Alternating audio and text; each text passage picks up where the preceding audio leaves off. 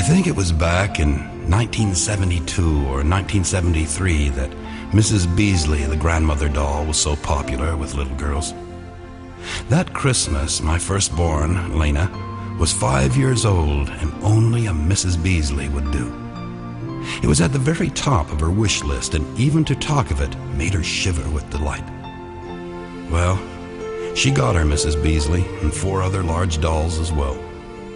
But Mrs. Beasley was the prize, and she hugged it all of that Christmas morning.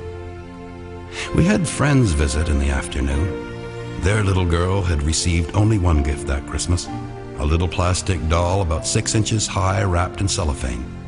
Things had been very tough for them that year.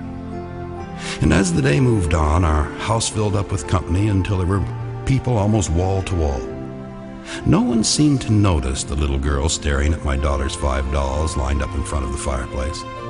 No one, that is, except my daughter Lena and me.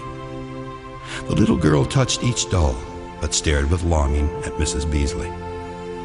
Lena came and crawled up on my lap, sadly wanting to know why the little girl had only received a small plastic doll for Christmas while she had received so much. I explained as best I could that often, without really being aware of it, some receive too much while others receive too little or nothing at all.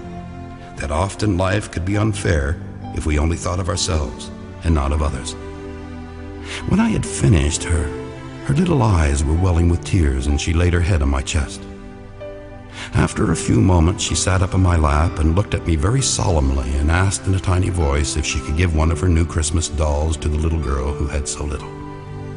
I told her that it was up to her. She got down from my lap and went over to where her dolls were all lined up neatly in a row. And one by one, she picked them up, looking at the little girl and then studying the doll in her hands. She did this with everyone that is, except Mrs. Beasley. I could see the incredible battle going on in her 5-year-old mind. I wanted to reach out to her, hold her to me, and protect her from such decisions. But I didn't. I just waited and watched. Finally, she went and picked up Mrs. Beasley, hugged her, it seemed for a long, long time, then with tears falling on her cheeks, went to the little girl who stood with wide eyes, and she gave Mrs. Beasley to her. Now, no one saw this except Lena, the little girl, me, and God.